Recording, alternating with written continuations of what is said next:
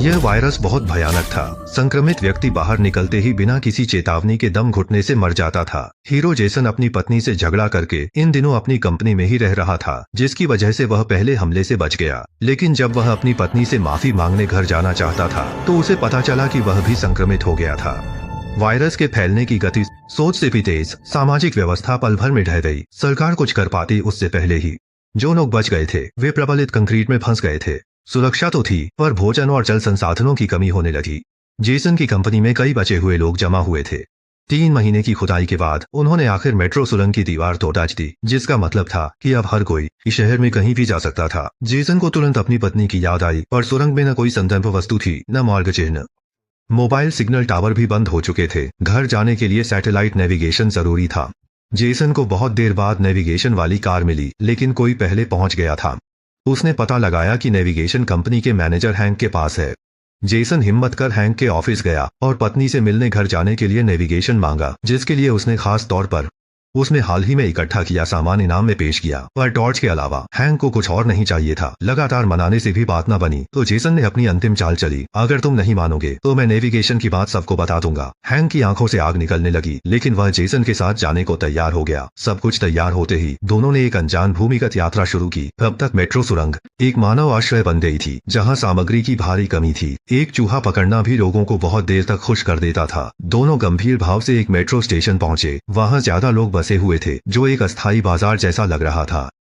हवा में अराजकता और अव्यवस्था थी। उनके हैरान होते ही एक चोर ने नेविगेशन वाला बैग छीन लिया। दोनों ने जान लगाकर पीछा किया। घनी भीड़ पार कर मेट्रो स्टेशन के ऊपरी स्तर पर पहुंचे, जहां पता चला कि चोर का एक साथी भी है। जेसन ने शांत होकर गैंग लीडर से बात करनी चाहिए, पर उसने पुलिस बैज और पिस्तौल दिखाई। तब जेसन को एहसास हुआ कि पुरानी सभ्यता अब जंगल का कानून है, पर ईश्वर किसी का बुरा नहीं करता। उसी समय शहर की बिजली पूरी तरह ढह गई। हैंक ने सबसे पहले गैंग लीडर को पकड़ा और जेसन ने तुरंत नेविगेशन छीन लिया। अचानक पीछे से गोली चली। हैंक ने गैंग लीडर को मार दिया, फिर एक और गोली से उसके साथी को खत्म कर दिया और लोगों को आता देख दोनों तेजी से भागे। अराजक भीड़ का लाभ उठाकर आखिरकार उन्होंने पीछा करने वालों से छुटकारा पाया। संक्षिप्त आराम के बाद दोनों ने नेविगेशन से रास्ता जारी रखा। जेसन हैरान था। हैंक हमेशा बीज एकत्र करता था, लोग नहीं बचे तो उन बीजों का क्या फायदा। हैंक मुस्कुराया पर कुछ बोला नहीं। नेविगेशन देखकर उसे पता चला कि इस सीवर से सीधे जेसन की अपार्टमेंट बिल्डिंग तक पहुंचा जा सकता है। जेसन ने कई बार सावधानी से जांच की और बिल्डिंग की सही जगह तय की। उसने पहले से तैयार गैस सिलेंडर निकाला और पाइप पर लगाया, जबकि हैंक ने अपनी चुराई हुई पिस्तौल निकाली, लेकिन उसका हाथ घायल था और कई गोलियां चलाने के बाद भी लक्ष्य पर वार नहीं हुआ। आखिरी गोली बची थी तो जेसन ने पिस्तौल ले ली। उसे गोली चलाने का कोई अनुभव नहीं था, लेकिन उसका दृढ़ विश्वास था। गोली चलने के बाद तेज लपटें आसमान की ओर उठी। जब धुआं छंटा तो उम्मीद के मुताबिक गड्ढा दिखाई दिया। दोनों एक के बाद एक सीवर से बाहर निकले और देखा कि इमारत में अभी भी बहुत बचे हुए लोग थे। जेसन को थोड़ी राहत मिली, पर घर पहुंचते ही दरवाजे का ताला टूटा मिला और पीप होल से एक अजनबी की आंखें देखीं। जेसन सदमे में था। दरवाजा पीटने लगा। अंततः हैंक की मदद से वे जबरदस्ती अंदर घुसे। अंदर का आदमी भी बहुत बेचैन था और तभी उसी पल एक माँ और बेटी बेडरूम से निकली। लड़की ने बताया कि उनका परिवार शरण लेने यहाँ आया था और घर खाली देखकर वे यहीं रुक गए। जेसन ने उन्हें डांटा नहीं, बल्कि पत्नी का पता पूछा। उन्होंने सिर हिलाया तो वह आह भरकर बेडरूम में चला गया, जहां उसे मेज पर एक चिकित्सा रिपोर्ट मिली। उसकी पत्नी गर्भवती थी और जेसन को यह पता नहीं था। इसने उसे वायरस के प्रकोप के शुरुआती दौर की याद आई, जब टीवी संक्रमण की स्थिति बता रहा था। जेसन और उसकी पत्नी बच्चे पर बहस कर रहे थे। जेसन ने कहा, बच्चा पैदा करना सरासर बेवकूफी है, जिससे पत्नी पूरी तरह से गुस्सा हो गई और दोनों में जोरदार बहस हुई। जेसन को लगा पत्नी बेवजह हंगामा कर रही है, तो वह रूटहल कंपनी में ओवरटाइम करने चला गया, जो दुनिया के अंत तक चला। इस दौरान उसने फोन भी किया अपनी पत्नी को, पर फोन उसकी सहेली उठाती। फिर मोबाइल सिग्नल चला गया और वे अलग हो गए। जेसन रिपोर्ट लेकर पूरी दोपहर बैठा रहा। सोच रहा होगा पत्नी कितनी दुखी थी। पछतावा और अपराध बोध मन में उमड़ पड़ा। तभी हैंक आकर बोला, पीने का पानी मिल गया है। आम दिनों में सामान्य लगने वाला बारिश का पानी प्रलय में जीवन का स्रोत है। 2 बड़ी बोतलें भरकर जेसन ने किराएदार को अलविदा कहा। पत्नी के वहां न होने से उसने उसके काम की जगह देखने का फैसला किया, लेकिन हैंक ने आपत्ति जताई। उनका समझौता सिर्फ जेसन को घर छोड़ने का था। अब जब मिशन पूरा हो गया, उसे अपने काम के लिए जेसन की टॉर्च चाहिए थी। जेसन तैयार न था। पत्नी और अजन्मे बच्चे की अनिश्चित नियति उसे वादा निभाने न देती।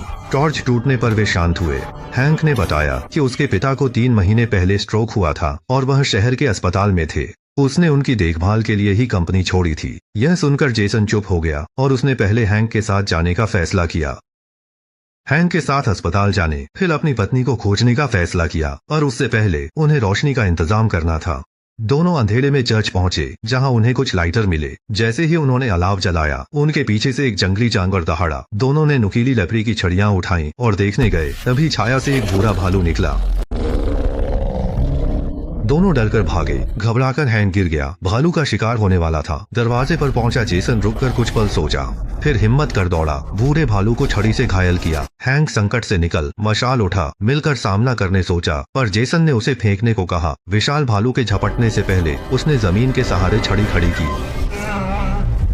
भूरे भालू को मारने के बाद दोनों ने एक शानदार दावत का आनंद लिया। इस जीवन मृत्यु के अनुभव ने उनके बीच की दूरियां मिटा दी। हैंक ने जेसन को बताया कि यह आपदा शायद इंसानों के लिए नहीं, बल्कि आधुनिक सभ्यता के लिए है, क्योंकि वायरस फैलने पर उसने रेडियो पर सुना था कि कुछ जनजातियां और खानाबदोश लोग वायरस से प्रतिरक्षित थे। पेट भर खाना पीना खाकर आगे बढ़े। सामने टॉर्च की रोशनी दिखी। दोनों तनावग्रस्त हो गए। अंत में कुछ लोग वायरस से भी ज्यादा खतरनाक होते हैं। खैर, वे केवल आम शरणार्थी थे।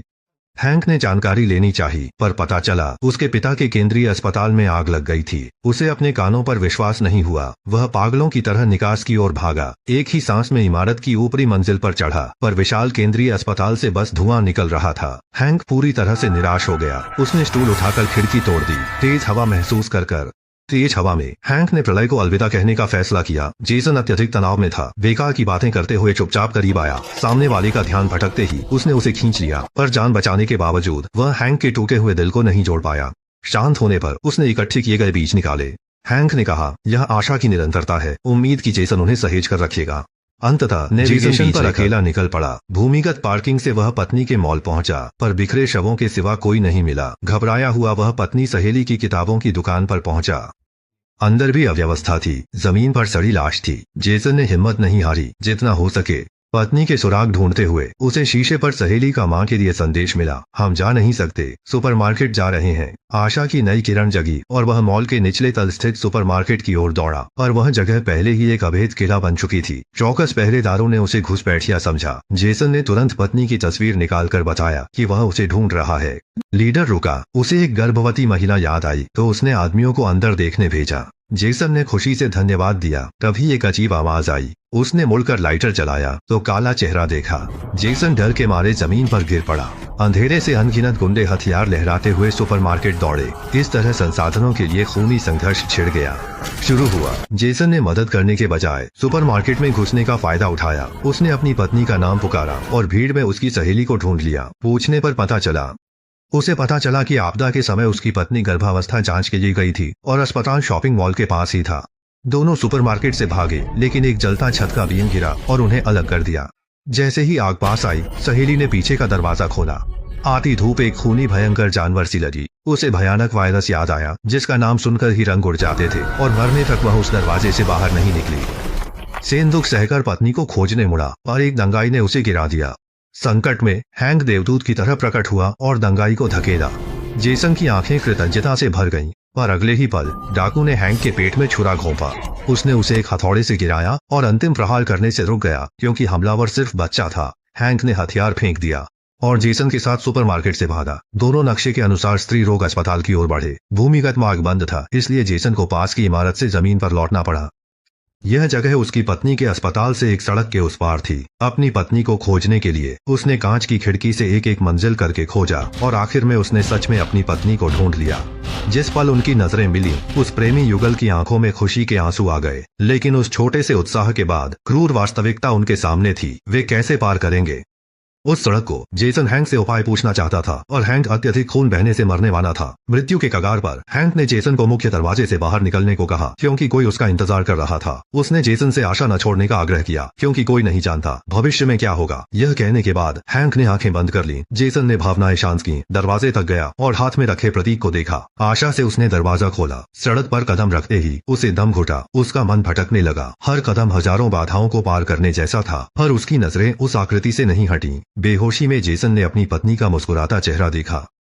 उसे भ्रम लगा और उसने सड़क पार कर ली। जेसन और पत्नी आखिरकार मिल गए। कुछ समय बाद उनके बच्चे का जन्म हुआ और हैंक के छोड़े बीज से फल उगाए। जल्द ही जेसन को आश्चर्य हुआ कि उसके बच्चे पर वायरस का कोई असर नहीं हो रहा है। अनजाने में पृथ्वी ने नया जीवन चक्र शुरू कर दिया था, क्योंकि आपदा के बाद पैदा हुए सभी बच्चे बाहर आजादी से घूम सकते थे। पर जेसन जैसे उत्तरजीवी जिन्होंने बहुत कष्ट सहे, अब भी प्रबलित कंक्रीट के पिंजरे में थे। शायद यही असली प्रलय थी। यह अजीब वायरस आपदा सभ्यता के विकास की ही एक प्रतिक्रिया थी। सोचिए, जब हम घर में सारा दिन फोन स्क्रॉल करते हैं, ऑनलाइन सामाजिक संबंध बनाते हैं और स्क्रीन से दुनिया अनुभव करते हैं, तो क्या यह आत्म कारावास नहीं है?